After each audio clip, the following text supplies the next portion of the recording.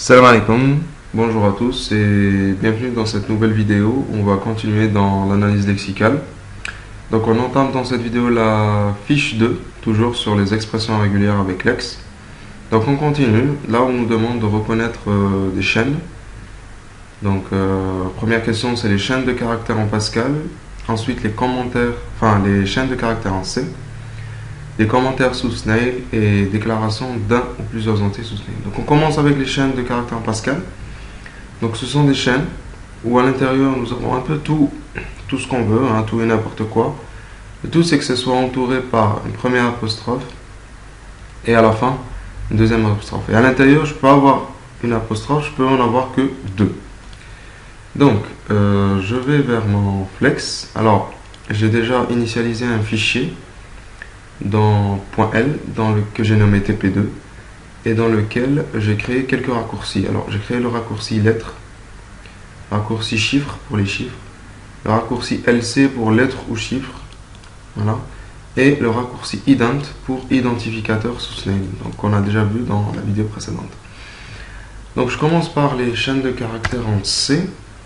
Alors une chaîne de caractères en C, on a dit que ça commence par une apostrophe, ça se termine par apostrophe, et à l'intérieur je vais avoir un peu tout et n'importe quoi qui va se répéter, donc quelque chose qui va être entre parenthèses étoiles.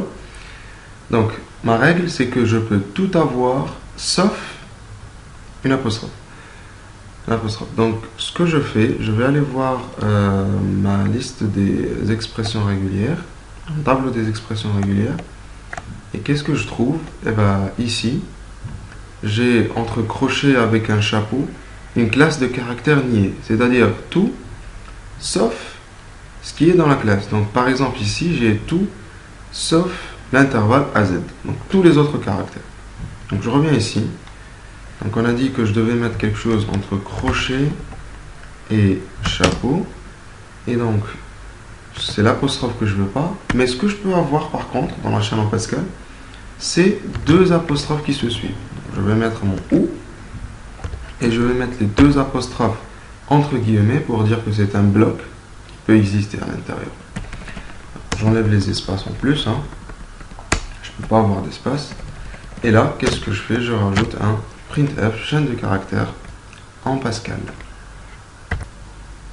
On revient à la fiche, les chaînes de caractères en C. Alors, une chaîne de caractères en C, c'est une chaîne de caractères qui est mise entre des guillemets, d'accord? À l'intérieur, on peut tout avoir sauf des guillemets. Donc, de la même façon que les chaînes de caractères en Pascal, je vais avoir tout sauf des guillemets. Donc, je dois mettre le chapeau pour dire sauf. Donc, c'est quelque chose comme ça. Alors, je rajoute mon printf, chaîne en C.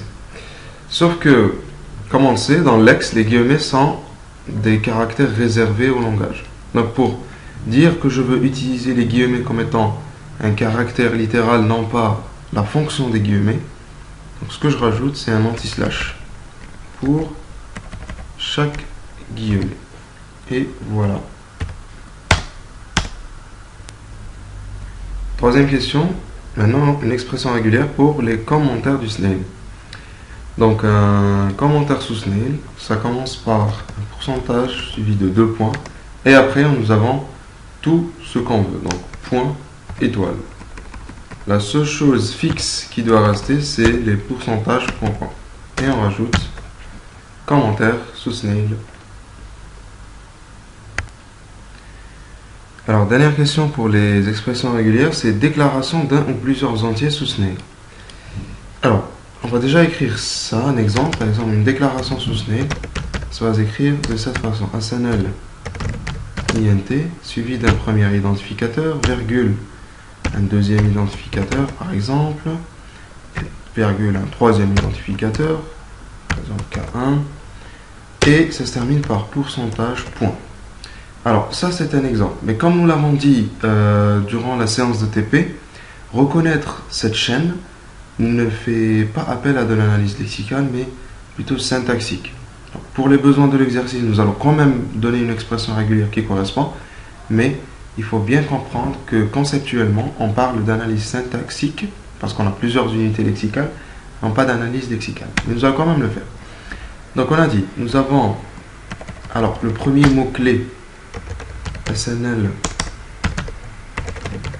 INT, pardon, SNL INT, avec un espace à la fin, d'accord, suivi d'un premier identificateur, donc au moins un identificateur. Donc là, je vais utiliser mon raccourci ident, celui-là. Ensuite, ce qui va se répéter, c'est virgule un autre identificateur, virgule un autre identificateur, etc. Donc, je vais avoir quelque chose entouré de pourcentage étoile. Et à l'intérieur, je vais avoir ma virgule, suivi de un autre identificateur, ident. Donc là, ça va me permettre de mettre autant d'identificateurs que je veux. Ensuite, je termine par un espace, pourcentage, point. Et voilà. Il suffit de mettre mon printf et voilà. J'enlève ça. Bon, une fois que j'ai répondu à toutes les questions, je vais rajouter à la fin le point plus pour avoir une erreur à chaque fois que je tape quelque chose qui n'a rien à voir avec les expressions régulières que j'ai données. Je vais juste mettre erreur. Voilà. Et je mets mon point virgule. Donc, alors je revérifie un peu tout. Donc on a dit dans une chaîne de caractères en Pascal, on a tout sauf une apostrophe ou bien deux apostrophes et c'est quelque chose qui se répète.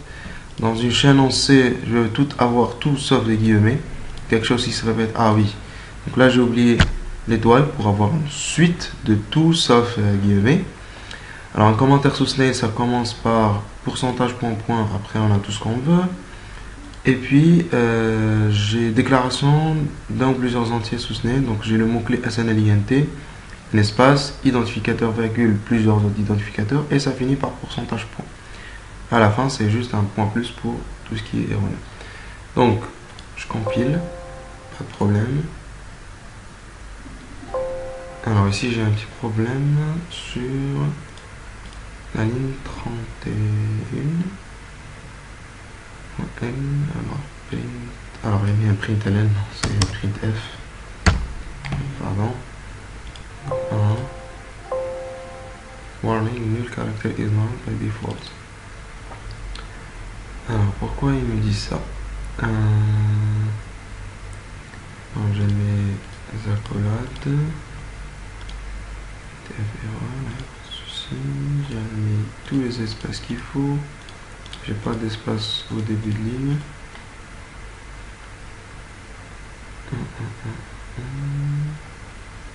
Bon, on va essayer, on va voir ce que ça donne. De toute façon, c'est un warning, c'est pas...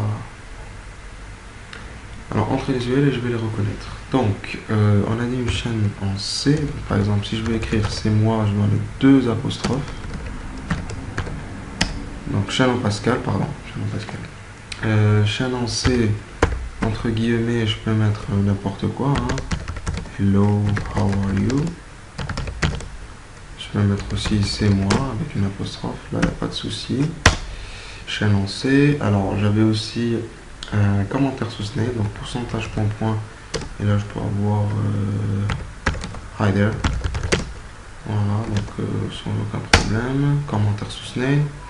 Et je peux avoir aussi déclaration d'un ou plusieurs entiers. Donc SNL INT. Alors là, je suis obligé de mettre un espace.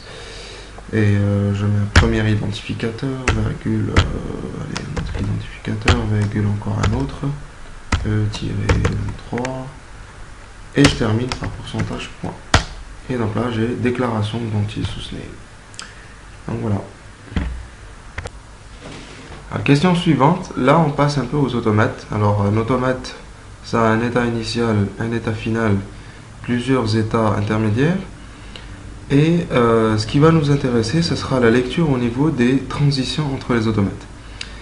Donc je vais essayer en fait de prendre cet automate et de donner une expression régulière qui va résumer en une seule fois tous les chemins possibles que je peux prendre de l'état initial à l'état final. Donc dans cet automate, j'ai un état initial A, deux états B et C et un état final D. Alors, je vais essayer de parcourir mon automate. Donc, je reviens ici à mon fichier. Je me mets juste au-dessous de point plus. Au-dessus, pardon, de point plus. Alors, je commence. Donc, dès mon entrée dans l'automate, qu'est-ce que j'ai? J'ai une boucle sur l'automate A, enfin l'état A. Donc, je commence par un 0 étoile, donc un 0 que je peux faire autant de fois que je veux. Ensuite, j'ai une transition sur le 1 pour aller vers l'état B. Ensuite, tout de suite après, eh ben, je peux faire une boucle sur le 1 sur l'état B, donc 1 étoile. Ensuite, je suis obligé, pour aller vers l'état C, de faire un premier 0. Alors, maintenant, j'ai une transition qui me permet de revenir vers l'état B, de faire une boucle encore une fois sur l'état B et repartir sur l'état C. Donc là, en gros, ça va être une boucle qui va se répéter autant de fois que je veux, ou pas du tout, hein. Donc j'ai dit, je reviens vers l'état B avec un 1, je boucle sur l'état B toujours avec un 1, donc 1 étoile, et je finis par un 0. Et tout ça, ça va se répéter autant de fois que je veux. Et maintenant, je finis mon automate pour aller vers l'état D avec un 0. Donc là, il me suffit après de rajouter un printf. Et je vais juste mettre automate. Voilà. Alors, je recompile, je relance. Donc on peut déjà essayer un premier mot. Donc juste ce qu'on peut faire, c'est plusieurs 0, 0, 0, 0, 0, 0. Ensuite, une première transition sur le 1. Ensuite, je boucle aussi sur autant de 1 que je veux. Je fais un 0, je reviens vers l'état B avec un 1. Je fais encore plusieurs 1. Et je fais un 0. Et je rajoute un 0 pour finir mon automate. Et là, il me donne automate. Et voilà.